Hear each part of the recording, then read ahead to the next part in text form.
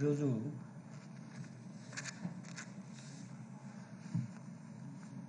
ఒక స్వల్పకాలిక చర్చ ద్వారా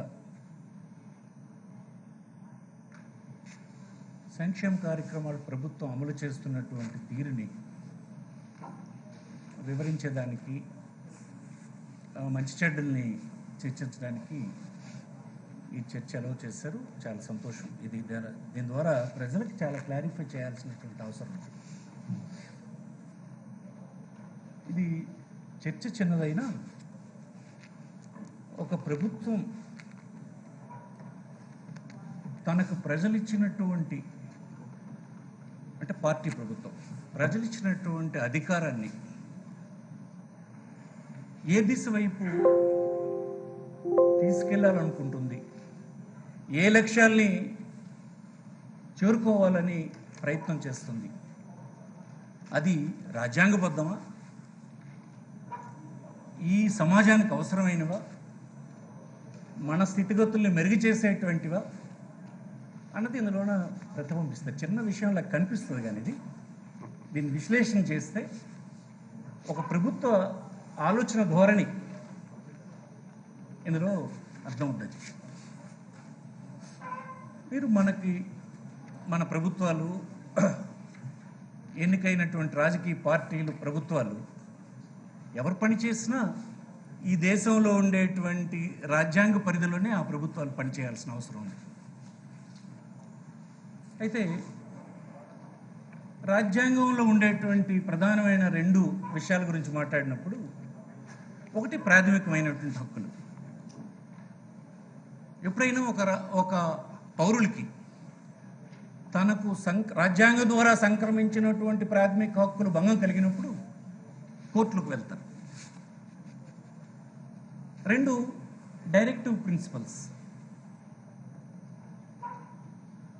ఒక దేశంలో ఉండేటువంటి ప్రజల్ని ఏ దిశ వైపు తీసుకెళ్లాలని చెప్పేటువంటి ఆదేశిక సూత్రాలు. ఈ ఆదేశిక సూత్రాలు పాటించినటువంటి ప్రభుత్వాలు ఉన్నప్పుడు పౌరులు కోర్టులకు వెళ్ళే అవకాశం పెద్దగా లేదు. దీంట్లో బాధ్యతగా ప్రభుత్వాలు రాజ్యాంగంలో ఇచ్చినటువంటి ఆదేశ సూత్రాలను పాటించాలే తప్ప, పాటించకపోతే క్వశ్చన్ చేయడానికి పెద్ద ఫోరం లేదు. ఫైనల్గా ఉండే ఫోరం ఏదంటే ఎన్నికల్లో ఆ ప్రభుత్వాల మీద, పనితీరు మీద తీర్పిచ్చేటువంటి ఒక అవకాశం, ప్రధానమైన ఫైనల్ అస్త్రం ఒకటి ఉంది ప్రజల చేతిలో, ప్రజాస్వామ్యం. ఇది ఇక్కడ మనం మాట్లాడుకునేటప్పుడు మన సమాజం, ఒక భారతదేశంలో సమాజమే ఒక డిఫరెంట్ సమాజం. ఒక 80 సంవత్సరాల క్రితం స్వాతంత్రం వచ్చింది. ఇందులో అనేక మతాలు ఉన్నాయి. ఈ దేశంలో అనేకమైన కులాలు ఉన్నాయి, వృత్తులు ఉన్నాయి, వర్గాలు ఉన్నాయి, తారతమ్యాలు కలిగినటువంటి ప్రాంతాలు ఉన్నాయి, వ్యత్యాసాలు భారీగా ఉన్నటువంటి జీవన విధానాలు, జీవన ప్రమాణాలు ఉన్నాయి. ఒక భిన్నమైనటువంటి సమాజం భారతదేశం, అందులో మన రాష్ట్రం. ఇట్లాంటి రాష్ట్రాలకు ప్రజాస్వామ్య పద్ధతిలో పరిపాలనకు వచ్చినటువంటి ప్రభుత్వాలు ఇది గమనించి పాలన చేయాల్సినటువంటి అవసరం ఉంది. దీన్ని గుర్తుపెట్టుకుని పాలన చేయాల్సిన అవసరం ఉంది. దీన్ని అడ్రస్ చేయడానికే ఆదేశిక సూత్రాలు మీకు రాజ్యాంగంలో గైడ్ చేస్తూ ఉంటాయి. ఆదేశ సూత్రాలని అనుసరించి పనిచేసినటువంటి ప్రభుత్వాలు 100% రాజ్యాంగ ప్రమాణాలని పాటించినట్టే, రాజ్యాంగం కోరుకున్న దిశ వైపు ప్రయాణం చేస్తున్నట్టే భావించాల్సి వస్తుంది. ఇక్కడ నేను ఎందుకు చెప్తున్నానంటే, సమాజంలో ఉన్నటువంటి వ్యత్యాసాలు తగ్గించకపోతే అసలు అడుగులో ఉన్నటువంటి వాడు ఎలా వస్తాడు? వాడు చిరిగిపోయాడు, వాడికి విద్య లేదు, సోషల్గా వాడికి గౌరవం దక్కడానికి అవసరమైన ఆ సమాజకు ఇది లేదు, గుర్తింపు లేదు, రాజకీయమైనటువంటి అవకాశం రాదు. ఎట్లా సమాజమైన స్థాపన ఎట్లా జరుగుతుంది? ఏ కొద్ది మంది కోసం పనిచేస్తే ఎట్లా? అది మన రాజ్యాంగానికి అనుగుణంగా ఉన్నటువంటి పాలన కాదు కదా. అందుకోసం ఇక్కడ ఇట్లాంటి వర్గాల్ని గుర్తించడం ఒక విషయం అయితే, వారికి ప్రభుత్వాలు అందించాలనుకున్నటువంటి సహాయాన్ని అందించడం ఇంకొక ఆస్పెక్ట్. అది కూడా పెద్ద సవాలు. ఈ దేశంలో మనకున్నటువంటి అనేక స్టడీ చేసినటువంటివి చూస్తే, ప్లానింగ్ కమిషను, కాకపోతే కాగ్ రిపోర్ట్స్, కాకపోతే అనేక సందర్భాల్లో వేసినటువంటి కమిషన్స్, కాకపోతే పాలించినటువంటి నేతలు వారికి వచ్చినటువంటి రిపోర్ట్స్ చూసినప్పుడు వాళ్ళ అభిప్రాయాలు చూస్తే,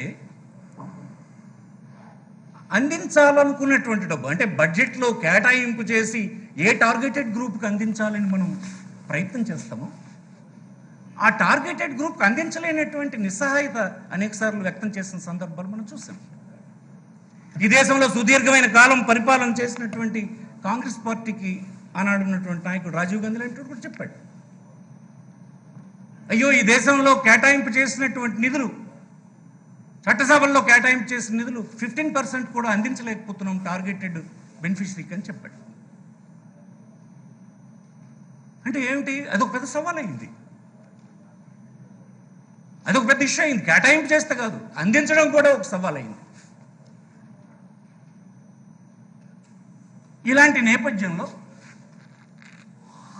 ఈ రాష్ట్రంలో ఏర్పడినటువంటి వైఎస్ఆర్ కాంగ్రెస్ పార్టీ ప్రభుత్వం, జగన్మోహన్ రెడ్డి గారి ప్రభుత్వం చేసినటువంటి ప్రయత్నం చాలా గొప్పదని, ప్రశంసించాల్సినటువంటి అవసరం ఉందని ఈ సందర్భం మనం చెప్తాం. చాలామంది తెలిసి తెలియక మాట్లాడుతూ ఉంటారు, పంచిపెట్టేస్తున్నారు, ఈ రాష్ట్రం వెనుజులు అయిపోతుంది, ఈ రాష్ట్రం దివాళా తీస్తుంది అయిపోతుందని చెప్తూ ఉంటారు. వారికి కాన్స్టిట్యూషన్ పట్ల అవగాహన ఉండదు. ఈ సమాజంలో ఉండేటువంటి హెచ్చు తగ్గులు, కన్నీరు, ఆకలి, ఆవేదన, నిస్పృహ అనేక అంశాల గురించి స్పృహ ఉండదు. ఈ సమాజం అందించినటువంటి, ఈ స్వతంత్ర భారతం అందించినటువంటి ప్రయోజనాలతో పెద్దవాళ్ళుగా పెరిగి, తదుపరి వారి వెనక ఏ చెమట చుక్కలతో పైకొచ్చామో, ఎవరి చెమటను చిందిస్తే, ఎవరి రక్తాన్ని చిందిస్తే పైకొచ్చామో, ఆ పైకి వచ్చినప్పటికీ ఈ అతర పరిస్థితులు మర్చిపోయి నా ట్యాక్స్ డబ్బు పలానా వాడికి ఇచ్చేస్తున్నారనే ఆరోపణలు చేసిన స్థితికి దిగజారడం చాలా బాధాకరమని ఈ సందర్భం మనం చేస్తుంది. ఒక నాయకుడు దీనికి భయపడిపోకూడదు, వెరవకూడదు. వెరవకూడదంటే ఏం చేయాలి? అసలు నాయకుడికి తెలియాలి కదా, ఏ వర్గాలు ఉన్నాయి, ఏం కోరుకుంటున్నారు, వాళ్ళ కన్నీరు వెనుకున్నటువంటి కథలేంటి, గాథలేంటి, ఆ నిస్పృహకు కారణం ఏంటి అనేటువంటి విషయాలు తెలియాలి. అందుకోసమే నేను అంటాను, శ్రీ జగన్మోహన్ రెడ్డి గారికి అతను చేసినటువంటి పాదయాత్ర, అతను చూసినటువంటి కన్నీటి గాథలు, అతను చూసినటువంటి హెచ్చుతగ్గులు కలిగినటువంటి సమాజం, అతను చూసినటువంటి ప్రజల జీవన ప్రమాణాలు ఈవేళ ఈ పరిపాలనలో, ఈ స్కీమ్స్ వెనక, ఈ డైరెక్ట్ ట్రాన్స్ఫర్ వెనక, ఈ చిత్తశుద్ధి కలిగినటువంటి పరిపాలన వెనక స్పష్టంగా ఉన్నాయని చెప్పడానికి నేనేమీ సందేహించడం లేదని మనం. నాయకులు కూడా రెండు రకాలుగా ఉంటారు, అనేక రకాలు ఉంటారు. కొంతమంది ప్రజల చేత, ప్రజలు మోస్తే, ప్రజల కష్టాలని తెలిస్తే ఎదిగినటువంటి వాళ్ళు ఒక రకం. ఇంకో రకం పత్రికలతో, మీడియాతో, మ్యానిపులేషన్స్తో ఎదిగి పెద్దగైనటువంటి వాళ్ళు ఉంటారు. ఎప్పటికి కూడా వారికి ప్రజల స్థితిగతుల్ని అర్థం చేసుకునే అవకాశం ఉండదు, దురదృష్టం. వాళ్ళకి ఇంకోటి కూడా ఉంటుంది, ఇట్లాంటివి తెలుసుకోవాల్సిన అవసరం లేదని భావన కూడా ఉంటుంది. ఇది ఈజీవే. 3600 కిలోమీటర్లు నడవంటది ఏంటి సామాన్యమా? Bus ఎక్కిపోవడమా, car ఎక్కిపోవడమా? కాదు కదా. 4 కిలోమీటర్లు సంవత్సరం నడవాలి. ఎండ, వాన, ధూళి, చలి, రోగాలు, అంటురోగులు, అదే చిన్న విషయం కాదు. ఇది తెలియాలంటే, ఇలాంటి స్వతంత్ర భారతం గురించి తెలుసుకోవాలనుకుంటే, ఇలాంటి కన్నీటి గాథలు వినాలంటే అట్నుంచి రావాలి. అట్నుంచి వచ్చినటువంటి నాయకుడు ఎవరైతే తన చేతికి అధికారం వస్తుందో ఇలాంటి కార్యక్రమాలకి శ్రీకారం చుట్టగలడని నేను చెప్తాను.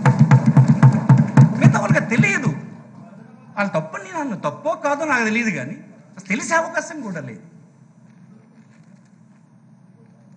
ఈవేళ 50 సంవత్సరాలు నేనున్నా, యాక్టివ్ పాలిటిక్స్లో 40 సంవత్సరాలు ఉన్నా. ఈవేళకి ఈ రాష్ట్రంలో ఉండే కులాలు ఏంటో, వాళ్ళ వృత్తులు ఏంటో కొంతమంది గురించి ఇప్పటికీ నాకు తెలియదు. ఆ స్పృహ కలిగినటువంటి వాడిని నేను. అంటే ఏంటి, వెతికి తీసేటువంటి కార్యక్రమం జరుగుతూ ఉండాలి, చూడాలి.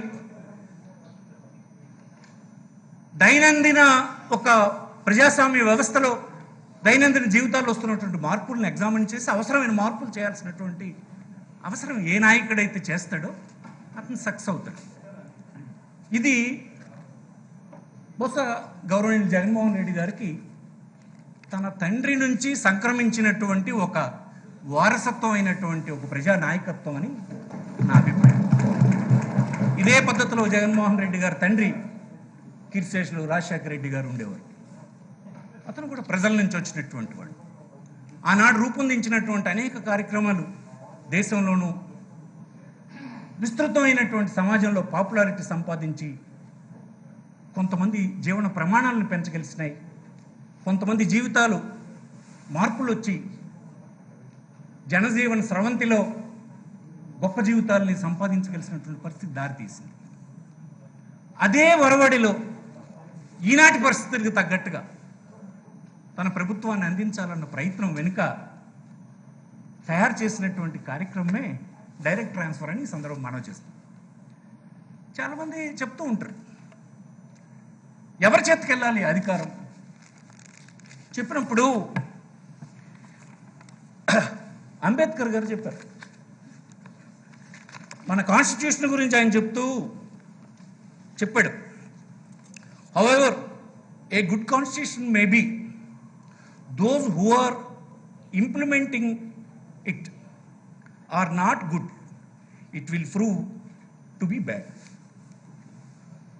ఒక మంచి కాన్స్టిట్యూషన్ కలిగి ఉండొచ్చు, కానీ ఇంప్లిమెంట్ చేసినటువంటి వ్యక్తులు కానీ మంచి వాళ్ళు కాకపోతే అది చెడ్డ కాన్స్టిట్యూషన్గానే ప్రూవ్ అయిపోతుంది అన్నారు ఆయన. Same time however bad constitution may be it, those implementing it are good, it will prove to be good. Even చెత్త కాన్స్టిట్యూషన్ అయినా సరే విశాల దృక్పథం కలిగినటువంటి వాడి చేతిలో అది పడితే అమలు చేసినప్పుడు అది గొప్ప పరిపాలన కింద, గొప్ప కాన్స్టిట్యూషన్ కింద రూపొందించడానికి అవకాశం ఉంది అని చెప్పి గొప్ప నేత అయినటువంటి వాడు, అనేక జీవిత సత్యాల్ని చూసినటువంటి వాడు, ఈ సమాజాన్ని చదివినటువంటి వాడు, మనందరికీ ఆదర్శప్రాయుడిగా ఇప్పటికీ పూజిస్తున్నటువంటి వాడు అంబేద్కర్ చెప్పినటువంటి విషయం మీకు సందర్భం మనం చేస్తాం. అంటే ఏంటి కావాలి,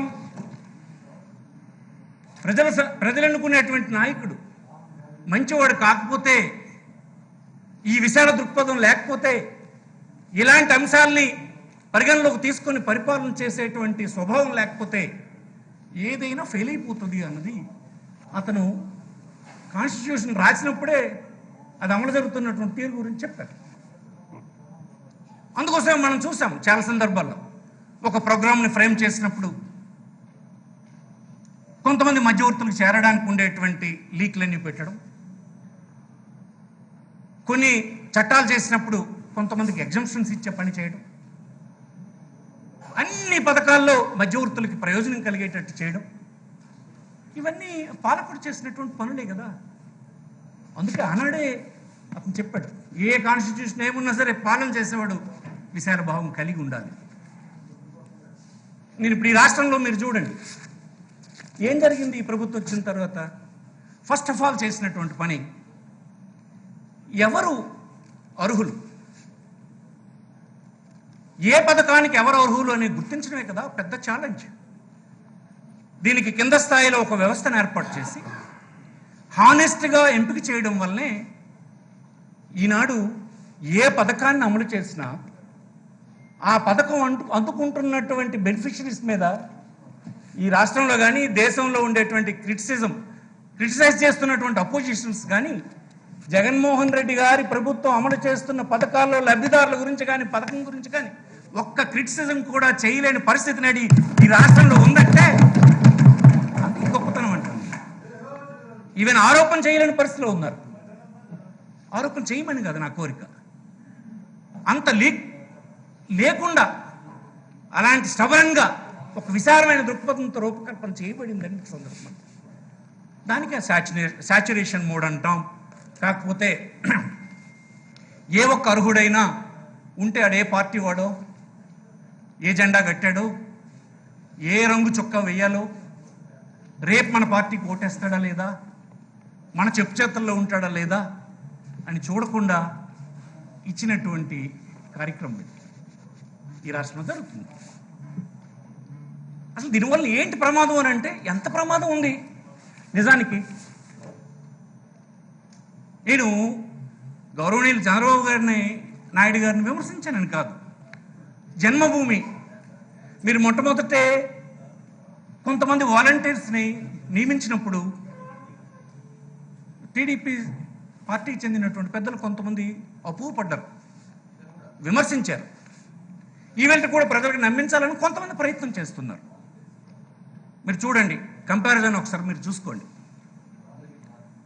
మీరు ఆనాడు నియమించినటువంటి జన్మభూమి కమిటీ సభ్యులు గ్రామంలో ఏం చేసేవాళ్ళు?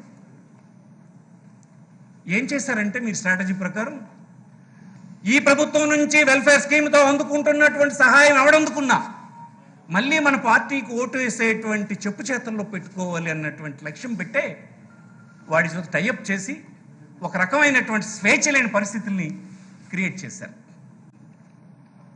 ఆత్మవిశ్వాసంతో వాడు ప్రభుత్వం అందించినటువంటి పథకం అందుకోలేని పరిస్థితి ఉండేది గ్రామంలో. లేదు, ఆ బెనిఫిట్ నుంచి కొంత మొత్తాన్ని మధ్యవర్తులకు అందించేటువంటి పరిస్థితి ఉండేది. ధైర్యంగా నా ప్రభుత్వం ఇది అందించిందని చెప్పుకొని గౌరవంగా బ్రతికేటువంటి పరిస్థితి ఉండేది సార్. ఎప్పుడైనా ప్రభుత్వాలు అమలు చేసేటువంటి పథకాలు ఇది ఇతరుల చెప్పు చేతుల్లో ఉండేటట్టుగా కానీ, తల వంచుకొని ఉండేటట్టుగా కానీ పౌరులు ఉండాలని కోరుకునే ప్రభుత్వాలు ఉంటే నేనేమంటానంటే, అసలు అలాంటి నాయకులకి ఆత్మవిశ్వాసం లేనటువంటి వాళ్ళని నేను భావిస్తాను. ఎవరు ధైర్యంగా చేయగలరు? ఈ పథకాలు అందుకొని వాళ్ళు ప్రమాణాలు పెరగాలని అదుంటే చాలు, మిగతా లక్ష్యాలు నాకు లెక్క కాదు అనేటువంటి నాయకత్వమే ధైర్యం అయినటువంటి, ఆత్మవిశ్వాసంతో ఉన్నటువంటి ధైర్యమైనటువంటి, ఆత్మవిశ్వాసం కలిగినటువంటి నాయకత్వం అది ప్రభుత్వాలే. కానీ ఈనాడు జరిగింది. ఈనాడు ఒక సందర్భం వచ్చిందనుకో విమర్శిస్తున్నాను. ఈవేళ మీరు చెప్పలేకపోతున్నారే, ఏ ఒక్క వాలంటీర్ తన అన్యాయంగా రాజకీయ పార్టీని చూసో, కులాన్ని చూసో, మతాన్ని చూసో ఎంపిక చేస్తున్నాడని ఒక అపోజిషన్ కూడా చెప్పలేకపోతుంది.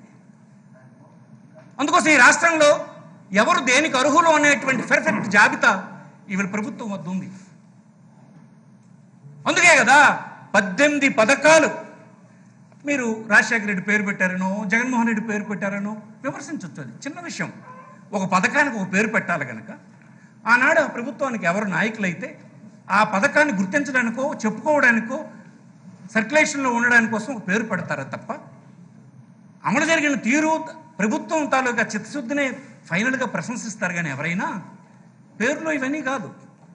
ఈవేళ ఆ 18 పథకాలు 18 నెలల్లో ఈ రాష్ట్రంలో 67,000 కోట్ల రూపాయలు బ్రోకర్ లేకుండా, మధ్యవర్తి లేకుండా, బెనిఫిషరీకి తెలియకుండా, పక్కింటోడికి తెలియకుండా, భర్తకు తెలియకుండా, కొడుకులకు తెలియకుండా, కూతుర్లకు తెలియకుండా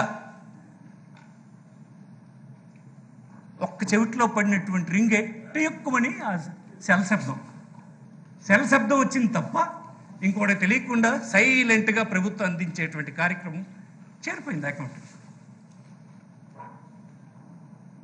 దీంతో ఎన్ని రకాల అడ్వాంటేజెస్ వచ్చా కొద్ది కింద స్టడీ చేయాలి. అందుకని చిన్న పథకం కానీ, చిన్న చర్చకి చిన్నదే కావచ్చు కానీ ఎంత దీంట్లో మహిళలకి ప్రభుత్వం టార్గెట్ చేసింది. అదే కుటుంబంలో ఉండే మహిళకు అందించడంలో పెద్ద ఎత్తున పాత్ర పెట్టాం. ఇది ఎప్పుడుది? నిజానికి మొట్టమొదటిగా ఇల్లు ఇచ్చేటప్పుడు రాజశేఖర రెడ్డి గారు తీసుకున్న నిర్ణయం. సో కుటుంబంలో ఉన్నటువంటి యజమాని వ్యసనపరుడైతే, ఆలోచన పరుడు కానప్పుడు మన యొక్క అధ్యయనంలో కుటుంబంలో ఉండేటువంటి ఇంటి యజమాని అయినటువంటి మగడు కొంత బాధ్యతగా వ్యవహరించడం లేదు. అందుకోసం ఆస్తిని భూమి ఇచ్చినా, ఇల్లు ఇచ్చినా ఇంటి ఇల్లాల పేరును పెడదాము అనేటువంటి కాన్సెప్ట్ని ఆయన అమలు చేశారు. క్లిక్ అయింది. ఇంటి గల యజమాని ఎవరయ్యారంటే ఆ ఇంటి ఇల్లాలు అయింది. ఆ ఇంటి ఇల్లాలకు గౌరవం పెరిగింది. కుటుంబం మీద ఆ ఆధిపత్యం వచ్చింది. మనం చేసిన అధ్యయనంలో తేలినటువంటిది ఏంటి? ఒక కుటుంబాన్ని ముందుకు తీసుకువెళ్ళడంలో ఇంటి ఇల్లాలు బాధ్యతాయుతంగా ఉంటుంది. తన తర్వాత సంతానాన్ని, కుటుంబ సభ్యుల్ని చివరిదాకా భవిష్యత్తు కోసం ప్రయత్నం చేస్తుంది. తెగించి తను ఆకలిగా ఉండడానికి సిద్ధపడుతుంది. తను పస్తులు ఉంటుంది, కానీ కుటుంబ సభ్యులు కడుపు నింపుతుంది అనేటువంటిది రుజువైంది. అందుకే ఈనాడు జగన్మోహన్ రెడ్డి గారు, ఈ ప్రభుత్వ అధినేత ఆ కాన్సెప్ట్ని చాలా పెద్ద ఎత్తున తీసుకెళ్ళడం జరిగింది. ఇది చాలామంది అనుకుంటారు ఓట్ల కోసం ఇచ్చేస్తున్నారు. ఓట్లు ఇప్పుడు ఎలక్షన్లు ఉన్నాయండి. ఈ రాష్ట్రంలో విమర్శ చేస్తున్నటువంటి విమర్శకులకు అందరికీ అడుగుతున్నా, ఇప్పుడేం ఎన్నికల కోసం వెళ్తున్నామా? ఇది ఎన్నికల సంవత్సరమా? ఎన్నికల సంవత్సరం నాడు ఇచ్చేటువంటి పథకమా? నిన్నే కదా ప్రభుత్వం వచ్చింది. ప్రభుత్వం వచ్చిన 12 నెలలకే కదా ఈ రాష్ట్రంలోనూ ప్రపంచంలోనూ కరోనా వచ్చింది. మొత్తం రాష్ట్రం ఆదాయం అంతా, ప్రపంచంలో అన్ని ప్రభుత్వాల ఆదాయాలు కూడా కొట్టుకుపోయినాయి. ప్రభుత్వాలు ఏ ముందుకు నడవలేనటువంటి పరిస్థితులు ప్రపంచంలో దాపురించినాయి. విమర్శకులారా, నేను చెప్తున్నాం, సరిగా ఆలోచించడం ప్రారంభించండి. ఎప్పుడైతే ఒక మంచి పాలకుడు విశాలమైన దృక్పథంతో వచ్చిన కార్యక్రమాల్ని కూడా మీరు విమర్శిస్తే ఏం చేయాలన్న కన్ఫ్యూజన్ ఏర్పడుతుంది. దయచేసి అలాంటి విమర్శలు చేయొద్దని మనం చేస్తున్నాం. 18 నెలల కాలంలో 7 నెలల కాలం కరోనా, రాష్ట్రానికి ఆదాయం లేదు, అప్పు చేశారని ఒకరు అంటారు. ఏం చేయాలంటారు అంటే, మీరంటుంది బీద వాళ్ళకి తన కడుపు నింపడానికి, కన్నీరు పెట్టడానికి, కన్నీరు తొడవడానికి, వారి పిల్లలను చదివించడానికి, వారి గౌరవంగా సమాజంలో బ్రతకడానికి ఒక ప్రభుత్వం, అధినేత, పాలన ఇచ్చినటువంటి ప్రభుత్వం, పాలకుడు అందిస్తే అది తప్పని చెప్పాలనుకుంటున్నారా? అది మోసమని మీరు చెప్పాలనుకుంటున్నారా? చెప్పండి, అలా చెప్పండి. పని ఇది వద్దని చెప్పండి. వద్దని చెప్తే మీరు కాన్స్టిట్యూషనల్ రెస్పాన్సిబిలిటీని మీరు డిశ్చార్జ్ చేసినట్టేనా? ఒప్పుకోండి. కాన్స్టిట్యూషనల్ రెస్పాన్సిబిలిటీని మీరు డిశ్చార్జ్ చేయలేదు. అమాయకులైనటువంటి ఈ సమాజాన్ని, ప్రశ్నించలేని సమాజాన్ని, కోర్టుల్లో అడగడానికి అవకాశం లేని ఆదేశ సూత్రాల్ని ప్రశ్నించలేకపోయినారు కనుక, మీరు ప్రశ్నించలేరు కనుక మీరు చేయలేదు. ఇప్పుడు కాన్స్టిట్యూషన్ స్పిరిట్ని అమలు చేస్తున్నటువంటి ప్రభుత్వాన్ని, అధినేతని విమర్శించడానికి లేక తప్పుడు మార్గాల్లో సమాజానికి ఎక్కించడానికి ప్రయత్నం చేస్తూ ప్రజాస్వామ్యంలో మీ పద్ధతి అది కావచ్చు. దానివల్ల పాలనలో అసంతృప్తిని రెచ్చగొట్టడానికి కారణం కావచ్చు. కానీ ఇది ఒక కాన్స్టిట్యూషనల్ రెస్పాన్సిబిలిటీని డిశ్చార్జ్ చేయడమే తప్ప ఎన్నికల కోసం తనకు ఓటర్లుగా మిగిలేటువంటి బానిసలుగా ఉండాలని కోసమో కాదు అన్న విషయాన్ని ప్రజలు గమనించాలని, విమర్శకులు గమనించాలని, విజ్ఞులు గమనించాలని, ఈ విమర్శలు మానుకోవాలని ఈ సందర్భం మనవి చేస్తుంది. డైరెక్ట్ ట్రాన్స్ఫర్ చిన్న విషయమే, ఎంత స్వేచ్ఛ వచ్చింది ఇప్పుడు ఈనాడు. ఆ గ్రామంలో ఎలాంటి పెత్తందారీ గ్రామాలు ఉన్నాయి అధ్యక్ష? ఒక చిన్న ప్రభుత్వ సాయం చేస్తే సంవత్సరం పొడుగు వాడి ఇంటి వద్ద పనిచేసేటువంటి పరిస్థితి ఉండేది. నేడు వాడు అలాంటి పెత్తందారి వైపు చూడకుండా దర్జాగా వెళ్ళిపోయిన పరిస్థితి రాష్ట్రంలో, ఆ గ్రామంలో వస్తే ఆడికి జగన్మోహన్ రెడ్డి మీద కోపం ఉంటుంది, పెత్తందారికి కోపం ఉంటుంది. కానీ ఆ బందీకి విడుదల చేసిన ప్రభుత్వం ఇదని ఈ సందర్భంగా మనం చేస్తాం. చాలామందికి మాకు కూడా ఎక్స్పీరియన్స్ ఉంది. బారులు తెరబడినటువంటి జనం ఇప్పుడు మా బంగ్లాల దగ్గర లేరు. అక్కడికి చిన్న ప్రభుత్వ నిర్ణయాన్ని అమలు చేసే ఒక వాలంటీర్ చేసేస్తున్నాడు, దర్జాగా చేసేస్తున్నాడు. చాలామందికి బాధగానే ఉంది. అమ్మాయిని మన చేతులు దాటిపోతున్నారని. దానికి ఎంత ధైర్యం కావాలి? ఒక పార్టీ ప్రభుత్వానికి ఎంత ధైర్యం కావాలి? ఆ పార్టీ అధినేతకి ఎంత ధైర్యం కావాలి? కొద్దిగా అర్థం చేసుకోవాలి. సమాజంలో ఉండే పౌరులు దీన్ని అర్థం చేసుకోకపోతే ఇలాంటి విశాల దృక్పథంతో అమలు చేసినటువంటి ప్రోగ్రామ్స్ని మీరు డిఫీట్ చేస్తే ఎవరు నష్టపోతారు? 70% కలిగినటువంటి అల్పసంఖ్యాకులు, backward classes, schedule caste, schedule tribe, అల్పాదాయ వర్గాలు, ఇతర ఉన్నతమైనటువంటి కులాల్లో కూడా వాళ్ళు చెడిపోతారు అని సందర్భం మనవి చేస్తుంది. రక్షించుకోండి. ఇందులో తప్పులు ఉంటే చెప్పండి, సరిదిద్దే ప్రయత్నం చేద్దాం, చేయమని చెప్దాం ప్రభుత్వాన్ని. ఇష్టం వచ్చినట్టు తెలియకుండా ఏదో మీరు విమర్శించి చేసేస్తే, ఇది ప్రజలు ఆమోదించాలని తెలిస్తే, తర్వాత వచ్చిన ప్రభుత్వాలు, తర్వాత వచ్చిన పాలకులు ఇలాంటి ఎక్స్పెరిమెంట్లు మంచిది కాదనేటువంటి సిగ్నల్ వెళ్తే ఎవరికి నష్టం? దీన్ని ధనవంతులు వేరేగా ప్రమోట్ చేస్తుంటారు.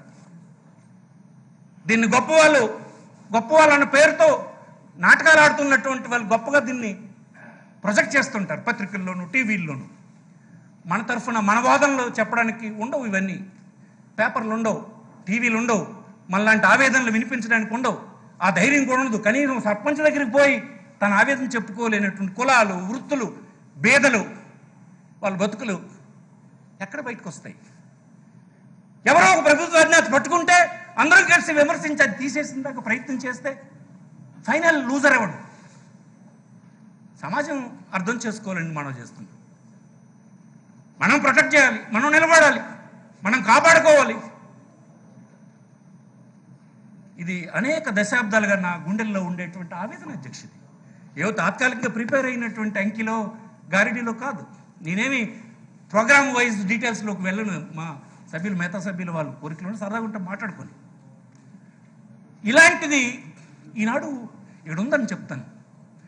ఈ సమాజంలో ఉన్నటువంటి మిగతా వాళ్ళకు కూడా చెప్తున్నాం. వివేకానంద కీర్తిశేషులు మనందరూ పూజించినటువంటి గొప్ప వ్యక్తి వివేకానంద ఏం చెప్పాడంటే, ఏ సమాజపు చెమట చుక్కలతో నువ్వు ఉన్నతుడిగా పెరిగావో, నువ్వు అన్ని సంపదలు సంపాదించావో, చైతన్యవంతుడు అయ్యావో, నువ్వే మళ్ళీ ఆ చెమట చుక్కలు చిందించినటువంటి వారికి వ్యతిరేకంగా మాట్లాడి వారి అభ్యున్నతికి కృషి చేయలేనటువంటి నువ్వు పెద్ద ద్రోహివి అనేటువంటిది నేను భావిస్తాను అని చెప్పాడు. ఇవాళ అలాగనే ఉంది. కొంతమంది ఏం మాట్లాడతారంటే, మేము కట్టిన ట్యాక్స్ అన్ని పనిచేస్తుండండి జగన్మోహన్ రెడ్డి. ఎవరికి పనిచేస్తుండు? ఎందుకు ఉండాలి? 70-80 సంవత్సరాల తర్వాత వ్యత్యాసాలు ఎందుకు ఉండాలి? తగ్గినాయా? కొన్ని రంగాల్లోకి ఇంకా backward classes, schedule caste, schedule tribe, minorities వచ్చారా? ఎందుకు రాలేదు? ఎవరు బాధ్యులు దీనికి? ఈ వస్తున్నటువంటి ప్రభుత్వాలు కాదు, ఈ ప్రభుత్వాలకి ఈ బాధ్యత లేదు. పనిచేస్తుంది. ఎవరికి పనిచేస్తుంది? అందుకోసం అధ్యక్ష, ఇది చాలా డిబేటబుల్ అంశం. ఈ డైరెక్ట్ ట్రాన్స్ఫర్ ద్వారా ఈనాడు చాలా మార్పులు వచ్చినాయి. ఇటీవల మీరు అమెరికాలో చూశారు. ఈ విపత్తుకి అమెరికా చాలా పెద్ద ఎత్తున దెబ్బతిన్నది. వాళ్ళ దీంట్లో కూడా, వాళ్ళ ఎకానమీ స్టైల్లో కూడా ఎర్న్ చేసినటువంటి ప్రతి కుటుంబం మ్యాక్సిమంని ఖర్చు పెట్టేటువంటి ఎకానమీని వాళ్ళు ఆ మనస్తత్వాన్ని డెవలప్ చేశారు అమెరికాలో. అందుకే ఎర్న్ చేసిన ప్రతి కుటుంబం తన సంపదని ప్రతి నెల ఖర్చు పెట్టేస్తారు, మ్యాక్సిమం ఏమి ఉంచుకోరు. అలాగే ప్రభుత్వం వాళ్ళకి ప్రొటెక్ట్ చేస్తుంది. తీరా మొన్న కరోనా పెద్ద ఎత్తున అమెరికాలో వస్తే ప్రభుత్వం సహాయం చేయాలనుకుంది. సహాయం చేయాలనుకుంటే వాళ్ళకి మెకానిజం లేదు, ఎలాగ అందించాలో తెలియదు, ఏం చేయాలో తెలియదు. ఫైనల్గా అదే గందరగోళంలో ఎన్నికలు వస్తే అక్కడ ప్రభుత్వంలో ఉండేటువంటి పార్టీ కొట్టుకుపోయిందని మీకు మనం చేస్తుంది. చూడండి, ఇక్కడ అనేక స్థాయిల్లో మంది అంతకంటే తక్కువ ఎకానమీ అయి ఉండొచ్చు, ఒక రాష్ట్రమే కావచ్చు. 8 నెలల కాలం ప్రపంచం అంతా స్తంభించిపోతే, ప్రభుత్వాలకు ఆదాయాలు లేకపోతే, ఆంధ్రప్రదేశ్ రాష్ట్రంలో అడుగుతున్న దేశంలో ఏ ఇతర రాష్ట్రంతో కంపేర్ చేయండి, ఉపాధి పోయింది, అందరూ ఇళ్ళకపోయినారు, కాళ్ళు ముడుచుకొని ఇళ్ళ వద్ద కూర్చున్నారు. కానీ ఏ ఒక్క కుటుంబం ఆకలితో కన్నీరుతో ఆంధ్రప్రదేశ్ రాష్ట్రంలో ఒక్క కుటుంబం కూడా లేదు జగన్మోహన్ రెడ్డి దయ వల్ల. ఈ సందర్భంగా చూపించమనండి ఎవరినైనా. ఆడు బియ్యంగా గెలిస్తే దివాళా తీసేస్తామా? వాళ్ళ కడుపున తిండి పెడితే ఇది ఒనిజలు అయిపోతుందా? ఏ చెమట చుక్కలతో మనందరం ఈ సంపదను నిర్మాణం చేశామో వాళ్ళకి 8 నెలలు తిండి పెడితే అయిపోయిందా? ఇది సమాజం చూడాలని నేను కోరుతున్నాను. ఒక్క కుటుంబం అధ్యక్ష ఎక్కడైనా, నేను అనేక బహిరంగ సభల్లో మాట్లాడుతున్నా చెప్పాను, ఒక్క కుటుంబమైన ఆకలితో ఉంటే చూపించండి అది ఎట్లా. మరి చాలా అడిగిన ఎక్కడ పోలే, అడుక్కోలే, నాకు ఆకలి బియ్యంగా నిలవండి, ఇంటికి తీసుకుపోయి వాలంటీర్ ఆ నెలకు అవసరమైనటువంటి బచ్చాన్ని ఇంటి దగ్గర అందించాడు. ఇది దర్జాగా ఉన్నటువంటి అనేక కుటుంబాలకి, సభ్యులకి, పౌరులకి అర్థం కాదు కూడా, తెలియదు కదా ఆకలి గురించి మనకు తెలియదు. రేపు తెల్లవారితే పిల్లడికో, మంచం మీద ఉన్నటువంటి తల్లికో, పాలు కోసం బాధపడుతున్నటువంటి ఆ బిడ్డడికో వాళ్ళ ఆవేదనని మనం ధనవంతులుగా పుట్టినటువంటి వాళ్ళు మనకు అర్థం కాదు. ఆ ఒక్క సంఘటన లేదు. చిన్న విజయం అది చెప్పానండి. నేను అంటాను అందుకే దీనికి అంత ధనం అవుతుంది. ఇలాంటి ప్రభుత్వ నిర్ణయాలు, నా ఆర్గ్యుమెంట్ అయితే కాన్స్టిట్యూషన్ రెస్పాన్సిబిలిటీని, ఆదేశ సూత్రాల్ని పాటిస్తున్నటువంటి ప్రభుత్వం అని నేను అభిప్రాయపడుతున్నాను. చిన్న చిన్న సవరణలో, చిన్న చిన్న మార్పులో, సూచనలో సభ్యుల నుంచో, రాజకీయ పార్టీల నుంచో, మేధావుల నుంచో వస్తే స్వీకరించడానికి ప్రభుత్వాలు సిద్ధంగా ఉంటాయి. అందుకోసం ఈ డీబీటీ మన దేశంలో ఏ రాష్ట్ర ప్రభుత్వం ఇంత పెద్ద మొత్తాన్ని, ఒక 67,000 కోట్ల రూపాయలు 18 నెలల కాలంలో 18 ప్రోగ్రామ్స్కి కులం చూడకుండా, మతం చూడకుండా, రాజకీయ పార్టీ చూడకుండా, వాడు ఏ వర్గం వాడో చూడకుండా, రేపు ఏ పార్టీ వాడికి ఓటేస్తాడని ఆలోచించకుండా, వాడి అకౌంట్లో సడీ చప్పుడు లేకుండా పడిపోయేటువంటి మెకానిజంని, హానెస్టీని మీరు గమనించాలని ఈ సందర్భం మనం చూస్తున్నాం. హృదయపూర్వకంగా దీన్ని ప్రభుత్వ అధినేతకి, ప్రభుత్వం నడుపుతున్నటువంటి మంత్రివర్గానికి, అధికార యంత్రాంగానికి పూర్తిగా హృదయపూర్వకంగా నేను అభినందిస్తూ ఉన్నాను. ఈ సందర్భం మనం చేస్తాను. ఇంకా అనేక విషయాలు ఉన్నాయి అధ్యక్ష, ఆ డీటెయిల్స్లోకి నేను వెళ్ళదలుచుకోలేదు, అవసరం కూడా లేదు.